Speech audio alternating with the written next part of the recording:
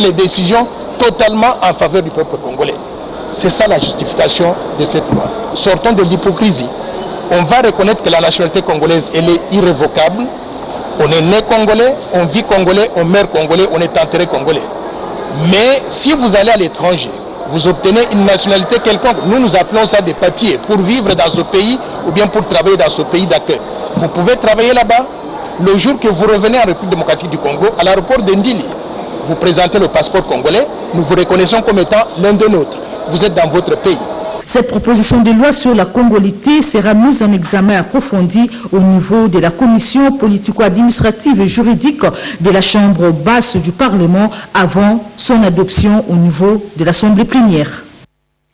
La Turquie, le Nigeria, le Sud-Soudan, l'Éthiopie et la Mauritanie, ces 5 pays viennent d'accréditer des nouveaux ambassadeurs.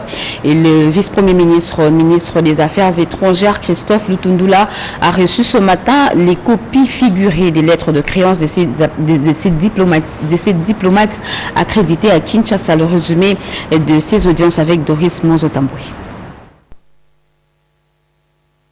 La journée du jeudi est restée chargée pour le vice-premier ministre, ministre des Affaires étrangères et de la coopération internationale, Christophe Lutundula. 6 copies figurées de lettres de créance à recevoir pour que les ambassadeurs puissent valablement représenter leur pays. Ayan Majak Malou, ambassadeur de la République du Sud-Soudan, est le premier à déposer ces copies figurées. Plusieurs fois ministre du gouvernement de son pays, professeur d'université et diplomate de carrière, ce nouvel ambassadeur promet d'œuvrer à l'amélioration de relations entre le Soudan du Sud et la République démocratique du Congo. Mehet Mini Dirik est le nouveau chef de mission diplomatique de la Turquie en République démocratique du Congo. 36 ans de carrière en diplomatie, il connaît les us et coutumes. En se conformant à cette remise de copies figurées, il a réaffirmé le maintien du partenariat gagnant-gagnant qui caractérise les relations entre Ankara et Kinshasa. Angre Omar Suleiman fait lui ses débuts dans ce domaine délicat. Ingénieur de formation, il draine une longue expérience dans le domaine maritime et en République démocratique du Congo, il va représenter la République fédérale du Nigeria. Une nouvelle figure de la diplomatie éthiopienne en République démocratique du Congo, il s'agit de Wachet Tades, professeur d'université.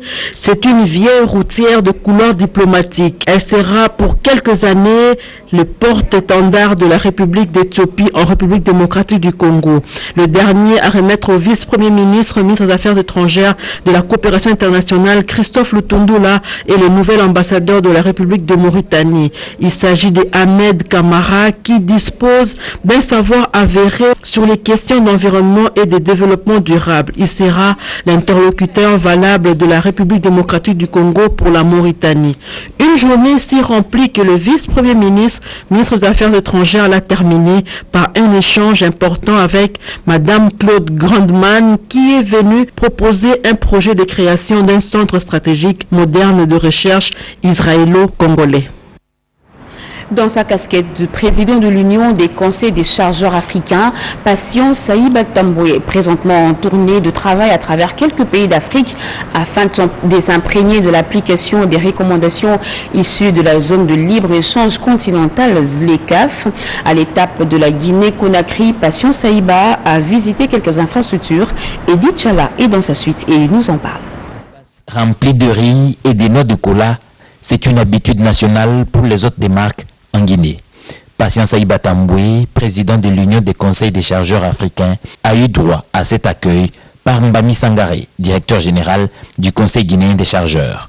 Sur place à Conakry, les travaux étaient à leur 2e jour. Habile et perspicace, le président de l'UCCA, Patient Saïba Tamboué, s'imprègne rapidement des matières que le secrétaire général lui présente, échange quelques mots avec ses collègues directeurs généraux et il a la pleine direction des affaires. Quelques visites sur certaines infrastructures de facilitation pour évaluer les efforts du Conseil guinéen des chargeurs et sa capacité d'aider les pays de l'Interland comme le Mali. La satisfaction est au rendez-vous. Le directeur général du Conseil sénégalais des chargeurs veut Patient Saïba Tamboué disponible pour l'Afrique. Le leadership du jeune président, sa vision sont tout simplement éblouissants. Nous demandons à la RDC de nous permettre d'utiliser l'expérience et l'expertise de notre très cher frère, le président Patient, qui déjà a du boulot. parce que tout simplement, l'Union des conseils des chargeurs africains est un partenaire stratégique, je dis bien stratégique, du secrétaire général de la ZLECAf. Et ça, il faut que tout le monde le comprenne comme ça. Le séjour du président de l'Union des conseils des chargeurs africains à Conakry aura été une réussite, mais surtout un apport indispensable pour l'appropriation de la ZLECAf par les membres régionaux de l'UCCA.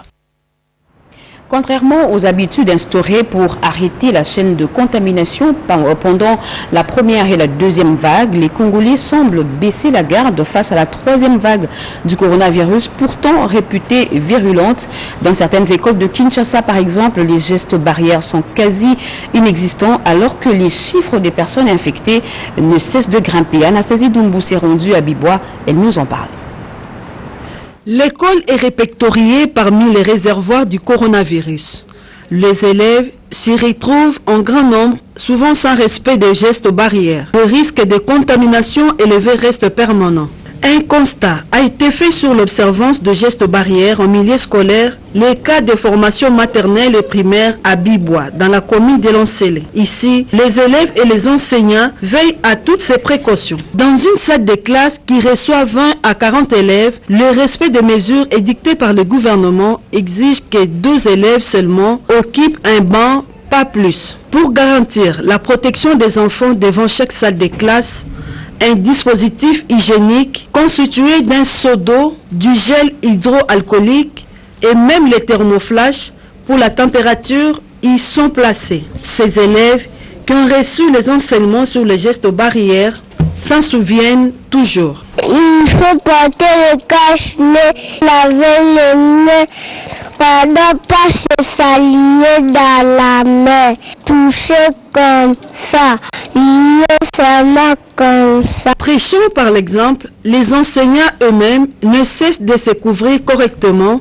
et continuent de sensibiliser l'ensemble de la population, spécialement la population de Tchangou, et conscientiser face à cette troisième vague encore très redoutable. Les cours se donnent bien malgré la période et la saison sèche, mais les enfants arrivent toujours à temps et on garde un peu la distance, on lave les mains après chaque activité, surtout pour les enfants, et on évite aussi le jeu de mains. Nous avons vraiment accueilli la troisième vague de Covid-19 avec beaucoup d'inquiétude. Nous savons comment ça nous a perturbé. Et on évite aussi aux enfants de se cogner entre les deux. Donc pendant la récréation, chacun joue dans son coin. Il faut compléter l'éducation. Oui, nous respectons les mesures barrières, ça c'est tout à fait normal. À toute la population, mais aussi aux élèves et leurs encadreurs, la troisième vague de la Covid-19 est très meurtrière. Et la République démocratique du Congo est placée zone rouge de Covid-19 par la France. La troisième vague, connue sous le nom du variant Delta, plus foudroyante que les 2 premières vagues, mérite une attention soutenue. Selon les avertis, seule l'administration massive du vaccin peut sauver la population congolaise et éviter l'isolement de la République démocratique du Congo. C'est une réflexion de Génie Dada Chapani.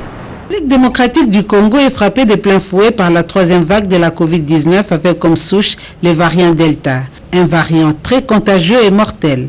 Selon les statistiques du comité multisectoriel de lutte contre la Covid-19 évoqué par son chef, le professeur Muyembe, depuis le mois de mars 2020, le pays a enregistré plus de 41 000 cas notifiés et 933 décès.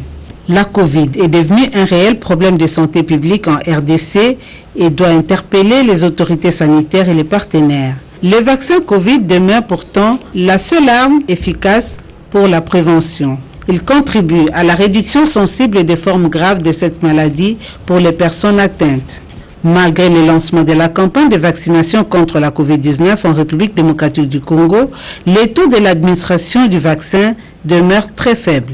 Selon les récentes données du comité multisectoriel de riposte de la pandémie de Covid-19 en RDC, piloté par le professeur Muyembe, 68 155 personnes ont été vaccinées par AstraZeneca. 66 000 ont reçu la première dose et 1053 ont reçu la deuxième dose. Pour susciter des vaccinations massives, il y a lieu que le pays commande d'autres formes de vaccins.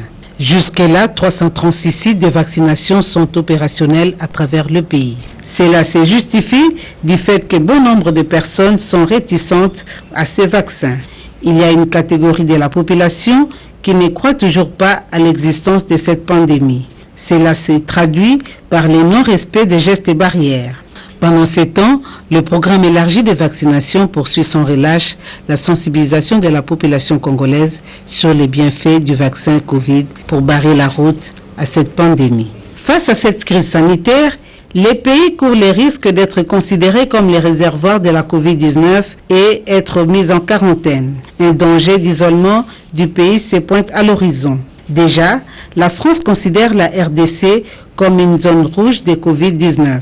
Ces pays n'accordera des visas aux Congolais que pour des motifs qualifiés d'impérieux. Cette situation doit interpeller les autorités pour consolider le respect strict des mesures barrières. Coronavirus, on en parle encore avec les athlètes de la RDC appréhendés à l'aéroport international de Njili avec des faux résultats du test Covid. La problématique de ce test, mais aussi celle de la gestion sanitaire et les besoins spécifiques dans différents hôpitaux, autant de sujets débattus entre le ministre de la Santé et les médecins directeurs, les responsables des laboratoires et autres. Les détails avec Jojo Nziboukaboulou. Des morgues par rapport à la troisième vague de la pandémie à Covid-19 et le fonctionnement dans son ensemble, mais aussi comment améliorer davantage les services de conservation des cadavres sont les sujets discutés au cours de cette rencontre. Des vives voix, les responsables des morgues ont saisi l'occasion pour lancer un appel au gouvernement de la République à travers le ministère de la Santé publique, Hygiène et Prévention de leur venir en aide pendant cette période de la Covid-19. Bien avant cette réunion, le ministre Bungani a échangé avec les responsables des laboratoires Covid-19 de Kinshasa. La problématique de test du coronavirus a été le point spécifique abordé au cours de cette séance de travail. Étant autorité politico-sanitaire, le ministre et la vice-ministre de la Santé publique, Hygiène et Prévention ont voulu avoir des explications et précisions sur ces dossiers liés à l'usage des faux documents avec ces joueurs interceptés par les services d'hygiène et santé aux frontières. De son côté, le docteur Edith Kwembe, chef laboratoire Covid à l'Institut national de recherche biomédicale INRB, a essayé de proposer au ministre de la Santé quelques pistes de solutions afin d'améliorer les problèmes des falsifications des tests Covid-19. Quittons Kinshasa pour le Nord Kivu pour parler de cette trouvaille, pour décourager les jeunes à se faire enrôler dans les groupes armés. Ils sont embauchés par les éleveurs du Nord Kivu, encadrés par la Kogenekoki. Ils font fonctionner une laiterie modulaire à Massissi. Françoise Boylawaki. À plus de 30 km de la ville de Goma, après la traversée du parc national de Virunga et Sake, la laiterie moderne de l'association de coopératives des groupements des éleveurs du Nord Kivu fait le bonheur des petits éleveurs. Même des paysans qui étaient peut-être complices par pauvreté avec ces hors-la-loi, nous avons récupéré certains d'entre eux qui travaillent ici. Donc ils ont un intérêt de protéger cette unité de production et de protéger le milieu environnant. C'est vrai, il n'y avait rien. Cet endroit ici, il n'y avait absolument rien. Il n'y avait ni ce que vous voyez comme les modulaires là. Il n'y avait vraiment rien. Il n'y avait que la pelouse et le terrain était presque accidenté. Premier exercice, désinfecter ses chaussures pour avoir accès au monde de la transformation laitière. Ça, c'est la laiterie. Cette unité modulaire est acquise grâce à une subvention du FPI. C'est une unité modulaire de transformation du lait qui est un don du président de la République. Le cycle de transformation du lait, partant du réfrigérateur jusqu'à la transformation des produits laitiers, crème, yaourt, fromage, beurre, se déroule dans ces conteneurs venus d'Italie. Chaque semaine, tous les enfants mal nourris doivent passer ici pour l'alimentation. Ce lait a été un élément catalyseur de promotion de lutte contre la malnutrition dans ces milieux.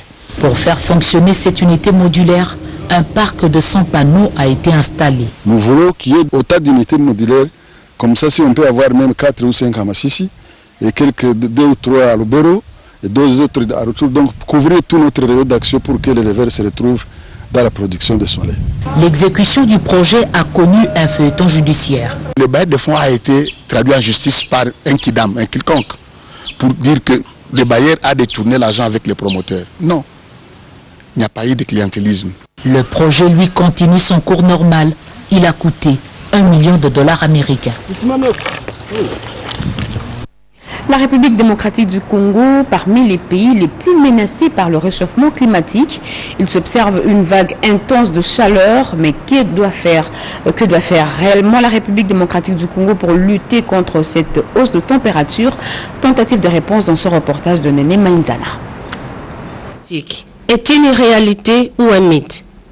Selon le groupe intergouvernemental d'experts sur l'évolution du climat, le réchauffement global de la planète est en cours. Les nombreux experts attribuent cela aux énergies fossiles, la montée du niveau des océans, la déforestation et la dégradation des forêts.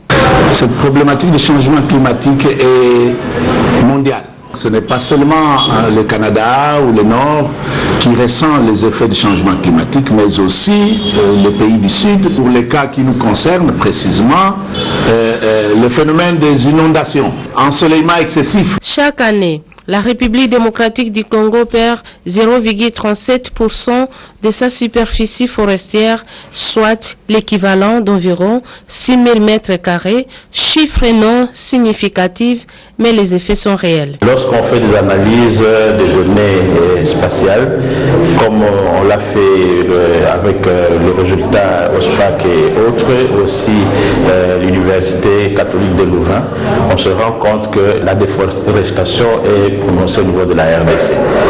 Donc il faut à ce niveau-là une politique de protection de la forêt avec toutes les initiatives qu'il y a aujourd'hui dans les pays. Les experts congolais pensent que le processus de la réduction des émissions de gaz à effet de serre liées à la déforestation et à la dégradation des forêts est une mesure palliative pour lutter contre les changements climatiques. Il y a la perturbation des saisons qui est vraiment une réalité. Que ce soit les habitants des villes, les communautés locales et les peuples autochtones dans des zones rurales, ça préoccupe tout le monde. La bonne solution par rapport à tout ça, ce sont les solutions naturelles qu'il faut préconiser pour se rassurer que l'équilibre climatique est garanti. Le changement climatique est une affaire de tous, sauvant la planète Terre.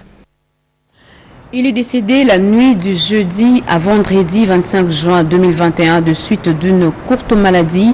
Le directeur général de la RTNC, Ernesto Kabila Ilunga, sera inhumé dimanche 11 juillet à Lubumbashi dans le Haut-Katanga.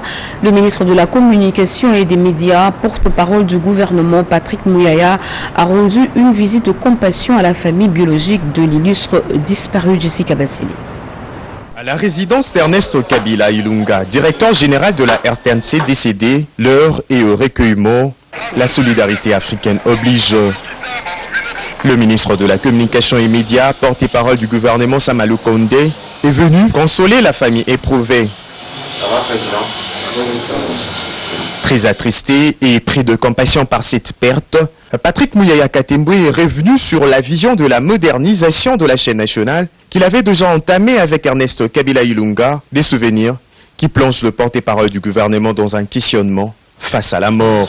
Donc j'essaie de voir avec les gouverneurs. Face à la famille, aux enfants aujourd'hui orphelins de leur père, le ministre de la Communication et Médias a exprimé sa douleur. Après avoir échangé avec le membre de la famille Kabila Ilunga, les porte-paroles du gouvernement Samalou Kondé, le ministre Patrick Mouyaya Katembwe a signé le livre de condoléances. Retenez que c'est dans la nuit du jeudi au vendredi 25 juin 2021 à Kinshasa, la capitale de la RDC, que le directeur général de la RTNC a pris un aller sans retour vers l'au-delà. Et justement, le programme de la cérémonie d'hommage à monsieur le directeur général de la RTNC, monsieur Kabila Ilunga Ernest, se présente comme suit. Demain, vendredi 9 juillet, esplanade Maman Nguebi de la RTNC, 8h, mise en place terminée, 8h05, arrivée des directeurs de la RTNC, 8h10, arrivée du président du conseil d'administration, arrivée des mandataires des entreprises et établissements publics, arrivée arrivée du directeur général AI de la RTNC, arrivée du secrétaire général à la communication et médias, 8h15, arrivée des membres du gouvernement, 8h20, mot de circonstance du ministre de la communication et des médias, mot de la famille, 8h30, témoignage, 9h juste, dépôt des gerbes de fleurs, 9h45, fin de la cérémonie, 10h juste, levée du corps et départ pour l'aéroport de Ndjili. L'enterrement est prévu, nous l'avons dit, le dimanche 11 juillet 2021 à Lubumbashi, à Kasangiri, fête à Kinshasa le 7 juillet, le protocole. Quel ministère pour telle ou telle autre compétence? Les choses sont désormais claires entre le ministère de la formation professionnelle et celui de l'EPST. Les deux parties se sont retrouvées pour aplanir certaines divergences dans la gestion transversale de secteurs communs. Cédric Kenina. Ça a commencé par un échange avec les ministres de l'enseignement primaire, secondaire et technique, Tony Mwaba. Il a été question de se mettre d'accord sur les fondamentaux et la méthodologie à appliquer pour la réussite des travaux qu'ils ont initiés. Lesquels travaux mettent autour d'une table les experts des deux parties en vue de baliser le chemin pour un secteur éducatif assaini et exempt des chevauchements et autres tensions. Dans la salle où les deux parties se sont retrouvées, la ministre de la formation professionnelle et métiers, Antoinette Kipulu Kabenga, a énuméré les différentes problématiques qui opposent les deux ministères. Il s'agit notamment de la saisie par les CECOPE des primes de cadres et agents autrefois du ministère de l'Éducation qui ont été affectés au sein du ministère qu'elle pilote désormais. À cela, il faut ajouter la gestion des écoles de formation qui, selon les attributions des ministères, devraient être du ressort de la formation professionnelle et métiers. La problématique vient au niveau des personnels. Cette diligence, ça crée même de grands problèmes au niveau provincial. Voilà pourquoi mon collègue et moi, nous sommes décidés de se mettre ensemble avec nos techniciens pour que nous pouvons trouver vraiment une solution idoine et enfin de faire fonctionner nos ministères. À l'issue de ces travaux, sortiront les résolutions qui feront l'objet d'un arrêté interministériel, lesquels devra clarifier les choses et ouvrir la voie à une collaboration franche pour le bien de la jeunesse, voire de tout le pays. Secteur minier, moteur de croissance et du développement socio-économique de la RDC, c'est le thème des travaux des États généraux des mines ouverts ce matin par la ministre des Mines, Antoinette Samba Kalamba et Paulette Lomba. Durant 3 jours, soit du 8 au 10 juillet 2021, les États généraux des mines vont se pencher aux grandes questions d'actualité du secteur minier. Il s'agit essentiellement de la lutte contre la fraude minière qui fait perdre à l'État congolais d'énormes ressources financières, l'empêchant de maximiser les recettes. Sans oublier la maîtrise et la connaissance de notre sol et sous-sol, la transparence et la redevabilité dans le secteur minier, la responsabilité environnementale et sociétale, la participation de l'État, mais aussi et surtout la prise en compte de l'exploitation minière artisanale. Kalampinga, l'invité spécial de la ministre des Mines, circonscrit le secteur minier qui pose problème. Il y a des conflits entre les grands opérateurs miniers et l'État, axés autour de la nouvelle loi minière, de la fiscalité, des harcèlements administratifs, du respect ou non des différents aspects des règlements miniers. De l'autre côté, vous avez l'État qui se plaint de certains comportements qui viennent des opérateurs miniers. La patronne des mines a émis le vœu de redresser et innover ces secteurs. J'invite les participants à formuler des recommandations pertinentes qui me permettront d'améliorer la feuille de route qui va guider mon action, et cela dans le respect du programme d'action du gouvernement. La RDC étant une plus grande réserve minière, elle a donc un grand rôle à jouer pour le développement économique en Afrique. Le drapeau de l'association Action pour le développement communautaire intégral, ADNT, flotte désormais dans les Kwilu. Son président, qui vient de séjourner dans cette partie du pays, a procédé à l'installation du bureau provincial. Rekin Zuzeloya, reportage. Kinshasa qui quitte 8h59. en véhicule 4x4 pour éponger plus de 518 km avec à la clé l'extension des activités de l'association Action Denise Nyakeru Tshisekedi pour le développement communautaire intégral ADMT en sigle. C'est l'itinérance de l'homme de terrain, l'infatigable Stéphane Ngoyiwa Bingelengele, président national et international de cette structure qui accompagne la vision sociale du chef de l'État portée par la première dame Denise Nyakeru dans la province du Kwilu. Sur place, Ngoyiwa Bingelengele procède à l'installation du bureau provincial du Kwilu dans le strict respect des mesures barrières. Les membres sont invités à travailler en toute honnêteté sans trafic d'influence et la population à garder espoir pour le changement et à soutenir les actions du chef de l'État. L'ADMT n'est pas un parti politique, mais plutôt une association pour les social, a-t-il souligné.